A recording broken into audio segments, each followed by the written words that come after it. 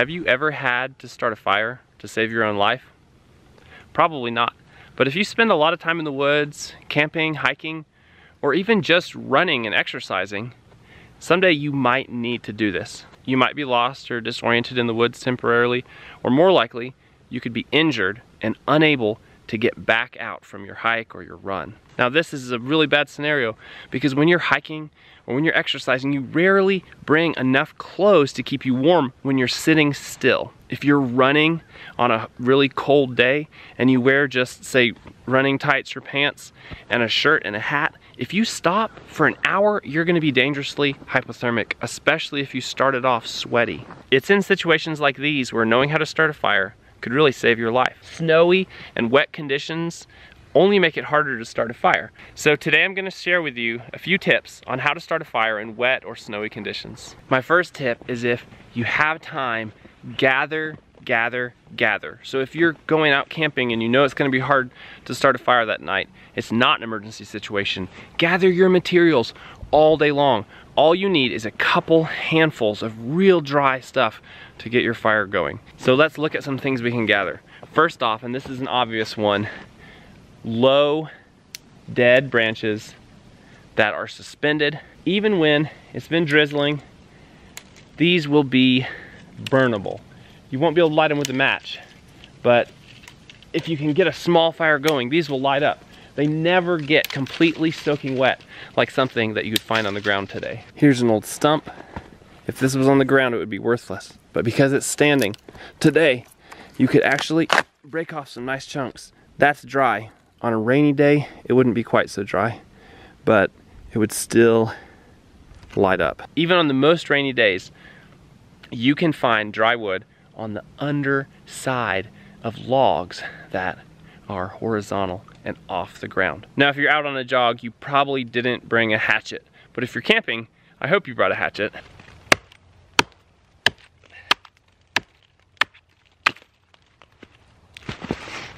So I didn't get very much. This is time consuming, but there are days in the woods when this is one of the only options for finding dry wood to start a fire. This little cedar tree will contribute to starting our fire. This stuff burns great, no matter if it's wet or not. If you just have a lighter, or if you have matches, or a simple kind of modern flint, you need something that's match lightable. Now, I use that term, match lightable. What does that mean? It means you can pretty much touch a flame to it for a second or 2 or 3 seconds and it's burning. And on a wet day, that's one of the biggest challenges. Another spot to look is underneath large objects. Here's this giant white pine tree. So I'm going down underneath here to just kind of check out what's under here. It's not a lot that I'm looking for. Oh, look what I found. This is a treasure. It's just a little chunk of sappy wood. That could be a lifesaver. Birch bark is one of the best natural match lightable materials in my book, but I don't have any here. I think there's some on the high ridge, but I don't have time to go up here. But I am super thrilled I found this bit of pine sap. I say one of the big keys to any sort of survival situation is being aware and being observant. You have to stop, you have to look around. Every situation is going to be different, and if you don't pay attention, then you're not going to make it. One more great place to check for dry fire building materials is under rock overhangs, because a lot of these places you'll find stay totally dry. So just a few little twigs I'm going to pick up here. Here's dry twigs. Even on a rainy day, these would be dry down here. Here's another horizontal dead tree, and this, look at this, up in here, this wood is completely dry. If I had about half an hour with a hatchet, I could make some nice firewood, just hack it out of there. The one other habitat that I'm going to show you just a little bit is a more open area, kind of the edge of pasture or maybe an old overgrown pasture, and this is a treasure trove of nice dry material. Look at this. There are stalks from many perennial plants that they stand and they remain pretty dry. And sometimes even the fuzzy tops will be what I call match lightable. Here's some goldenrod I'm gonna pay special attention to and try to keep those fuzzy tops intact. So I picked this little rock overhang for two reasons. One, it's a nice dry area to sit. It's a sheltered spot from the wind, and also we can use this rock to increase the efficiency of this open fire. Open fire, heat goes everywhere. A rock can actually hold some of the heat and keep you warm on more than just one side. So what I have done is I've laid out my materials in order of burnability. Here's some dry grass I found under this rock. Goldenrod blooms. My little piece of pine sap, my treasure.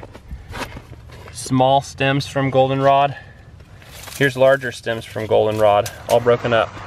I've got my cedar here, small pine, medium small pine,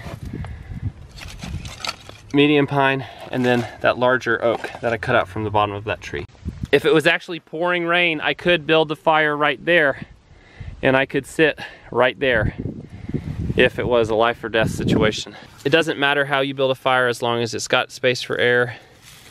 And you start with your really fine materials here and then work your way up, and then you're gonna have your largest material on the top. This video is not about fire starters. It's really about gathering materials, which to me is much more critical than fire starters. Today I'm just using this little man-made flint.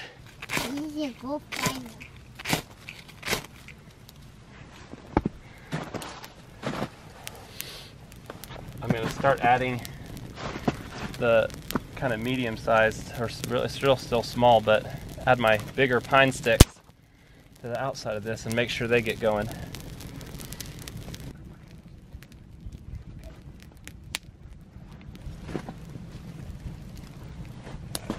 I kept my secret weapon in reserve. I didn't even have to use it. I'm just going to show you this pine sap and so show you how flammable this stuff is with a lighter. There's very few materials in the woods that you can light just like that. You could put this in the base of a fire that was reluctant to start, and it would really be a great help in getting your fire started. Look at that. Have you ever seen something like that before? It's just burning like a candle. Whenever I find stuff like this in the woods, I just grab it and put it in my pocket, because you never know when you'll need it. Pretty cool, huh? The cool thing about that is you could actually use it, you could put it out, and you could relight it later. You got a marshmallow, huh? Yeah. Show that to me. Oh, that's a mini marshmallow. Yeah. They still taste good though, don't they? Yeah. You would be much warmer in a situation like this than just with an open fire. So the heat from this fire over a few hours is gonna start heating this rock, and the rock is gonna start reflecting the heat back to me. This would be far, far superior to having a fire just in the open woods or in an open field. There's also a lot of protection I have from the wind and the weather right here if it were to rain or to snow. All right, I hope you guys enjoyed this video. I'll try to do this again on a day when it's actually raining. I can start a fire on a rainy day. You can too, if you just pay attention, slow down, and gather your materials meticulously. I would highly recommend, if you're interested in this stuff, go out in the woods on a day when there's a drizzle or when it's raining and practice some of this stuff. Find yourself some dry wood and start a fire. Enjoy.